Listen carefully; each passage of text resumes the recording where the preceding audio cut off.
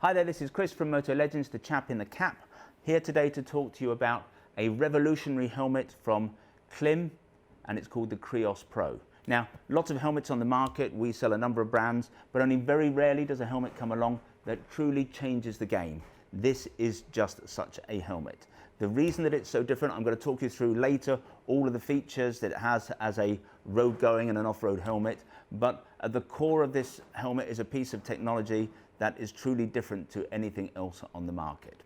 That technology is called Koroyd, and it's a replacement for a traditional EPS. Now, in almost every other helmet on the market, indeed in every other helmet in the market, you have two forms of protection that absorb energy in an impact. You've got the shell, harder shells, softer shells, depends from brand to brand. That takes a certain amount, that absorbs a certain amount of energy, but the most energy is absorbed by the EPS. That's the expanded polystyrene that lines the helmet that every helmet has, and as you impact against the road or against some kind of hard object, that compresses and takes some of the energy. The problem is the standard for energy absorption as embodied in ECE 2205 is not particularly demanding. A helmet can pass the ECE 2205 test and receive an impact. It still legally passes the test with an impact of 275 Gs. Now, I'm going to cheat the science a wee bit here, partly because I don't understand it all, but depending on the duration of that impact, that can lead to a 97% chance of traumatic brain injury and a 77% chance of death. So a helmet that passes the test can still leave you with those very high possibilities of a traumatic injury. There will be a higher standard coming soon. ECE 2205 is the current test. In a couple of years' time, we will have a new standard called ECE 2206. But for now, this is a piece of technology that gives us much higher levels of energy absorption. Now, the difference with this helmet, instead of the white stuff, the helmet is lined with this. It's called Koroyd. It's basically, it looks very simple. It's extruded plastic straws, really. But it's a honeycomb structure. It absorbs between 25 and 35% more energy than EPS. Another couple of factors, it does it uniformly across the shell, and it does it for the duration of the impact. So, as I mentioned, with an EPS, in fact, I don't think I did mention, but with an EPS, as it gets more and more impacted, the harder and harder the impact, as the EPS squeezes up, it becomes less and less absorbent. That doesn't happen with Koroyd. It's a uniform absorption of energy. It also doesn't change whether it's hot or cold. So this, as a piece of technology, it's not totally new. It is used in Formula One, in the headrests behind drivers' helmets. It's used for some American fighter pilot helmets. It's used in bicycle helmets. It is, we believe, a significant step forward in terms of road safety, helmet safety. You might ask, therefore, why is it someone like Klim and not someone like Arai or Shui that has adopted this technology? If it's that good, the big boys would adopt it. Well, yes and no, and indeed one of the major manufacturers is looking at this, and I think we will see a helmet from one of those players with this in the coming years. But what you have to understand is that the helmet industry is invested in EPS technology. Their helmets easily meet ECE 2205. So there is no mandatory, there's no legal framework that forces them or moves them towards creating a better helmet. They do it in their own right. People like Shui, for example, their drop test, their anvil test on a helmet is twice the height that is used for ECE 2205. So they are doing it already, but it's going to be very expensive for these guys to move to this technology. Klim is a different kind of company. It's a smaller company. They are early adopters. They're innovative. They are nimble on their feet. So they have grabbed this first. I think it makes for a fantastic helmet. And if you value safety and lightness, then this is a helmet you have to consider. I'm going to go on now. I'm going to talk about some of the features of this helmet because obviously as a piece of safety equipment we think it's exceptional, but it's also a pretty darn fine helmet in its own right. So this is the Krios Pro. We're recording this in late 2019. These are the three main colorways. In 2020, there'll be more colorways coming through. Just got to tell you, this helmet's been in huge demand. I don't think anyone could have predicted just how popular it was going to be. It's been almost impossible for the last quarter of 2019 to find this helmet. Indeed, here in the building, I think we've only got smalls and mediums left. All the larger sizes have gone. So if you like the idea of this helmet, you should get your name down for one fairly soon, but we will have some exciting new colors in 2020. It is a dual sport helmet. It can be worn in a number of configurations, so you can wear it with a peak and a visor, with a peak without the visor, without a peak, with goggles, or as a road helmet. So it has a number of different configurations, and primarily I think it was designed as an off-road helmet. Klim's obviously an off-road company, but in this configuration as a road helmet, it's superbly light. It's going to be nice to ride in on the road as well. So let me talk you through, I'm going to take this helmet, I'm going to talk through some of the features in a little bit more detail. So here it's shown with the peak and the visor. Peak can come off easily. You don't need any tools, very simple to do. You can take that off. It's a pretty stable peak. What we find often with peaks is that they're pretty flimsy. They move about in the wind. They can create extra noise. Don't think you're going to find that too much with this. There's large vents in it, so I think that however tall your screen, there's a good chance the air is going to pass through and not create any turbulence and disturbance.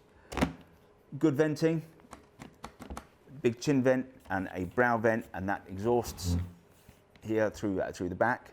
If I turn the helmet over, you can see that how the air can channel up through here, through the top, down, and out the back of the helmet there. That you can see, I hope you can see, that's the Koroyd inside. So there's an EPS for comfort to line the Koroyd, but it's the Koroyd that, as I've said, delivers the actual protection. What it also makes for is a superbly light helmet. This helmet comes in at 1,260 grams. It's a smaller size, so the larger helmets are going to come in a little bit heavier than that, but that's still 3 pounds something. That's what I would call race helmet light. So it's whatever kind of riding you're doing, particularly off-road where you're moving about a lot, and it can get tiring if you've got a heavy helmet on. This helmet's going to be superb off-road, but we've got a number of customers who have ridden it on road and they find it equally accommodating. I think one point I would make is that because of the Koroyd, because of its structure, because of its plastic tubes, I don't think this helmet is a particularly quiet helmet. Our customers have told us that it's manageable, but it's a helmet that you'd always want to wear earplugs with. You can Klim supply or Klim provide a dedicated Sena SC10U unit that fits in this helmet. I've got to say, frankly, I don't think this is the kind of helmet that you would necessarily want comms in. I suppose if you're going off the beaten track and you want to be able to read your sat nav, then there's a case for it. But if you're someone who wants to make a lot of phone calls, if you want to talk to other riders, then I think there are helmets that are going to be far better in terms of the quality of the communication than this particular helmet. In terms of other features, a major one, or a really nice one, is the removable cheek pads. I've already removed them from this. These come out on one level for cleaning.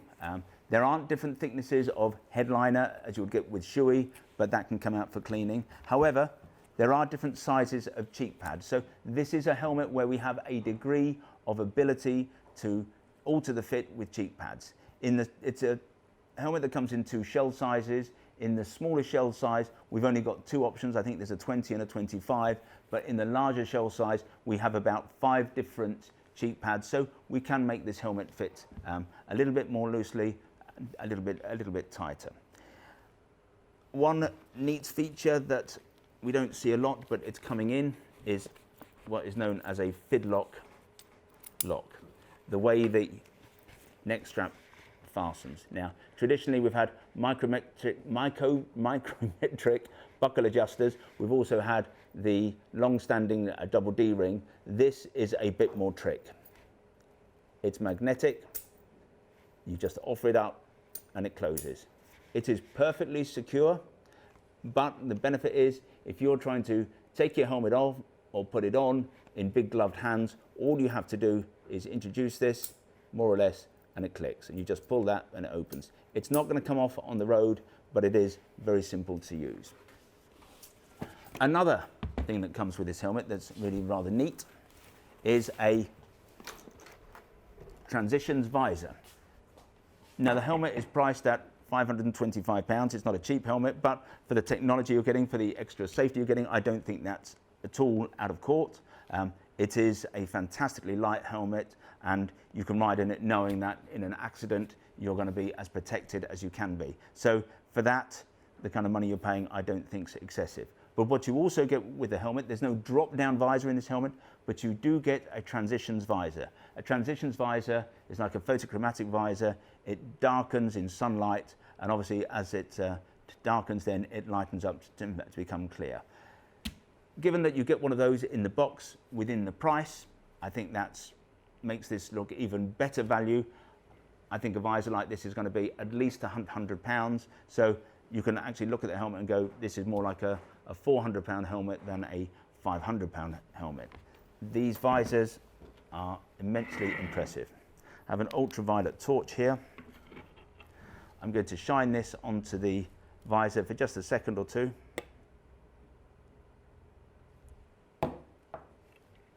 If you look at that, I'm sure you can see that there's a big black spot there. So that's a particularly intensive beam of light. Obviously, you're not going to get that in real road riding conditions, but it does darken the visor quite considerably very quickly.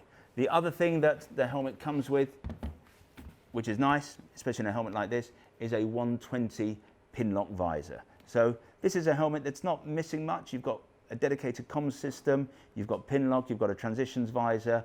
I just can't see that there's not a lot not to like. In terms of shape, it's what we think is a what we call an intermediate oval. It's only in 2 shell sizes. So when you have, because there are 6 actual helmet sizes across 2 shell sizes, we would prefer a helmet that has that many sizes to have 3 shells. So there will be instances where it's not going to fit perfectly. I think the solution's got to be to go to a dealer, to try one on, find a dealer who keeps the cheek pads in stock, and they can move them around and try to get the fit perfect. But I think we have found so far that most people find it very comfortable to ride in. So that's the Krios Pro. It is an amazing lid, nothing quite like it on the market, and if you want lightness and you value protection and safety, then this is a helmet you just have to have a look at. If you'd like to read more details about it, visit the website www.motolegends.com. If you would like to receive our email bulletins, you can do that on the website. On the front page of the website, we have lots of little squares, lots of little boxes. We call them tiles. There's one there for subscribing to our email bulletins. So click on our subscription tile. It's very quick and easy. You'll then get all of our bulletins. We have new products arriving into the building day in, day out. So as soon as a product comes in, we normally do a bulletin either there and then or later in the week. So that's the best way of keeping in touch with anything new that comes out in this market.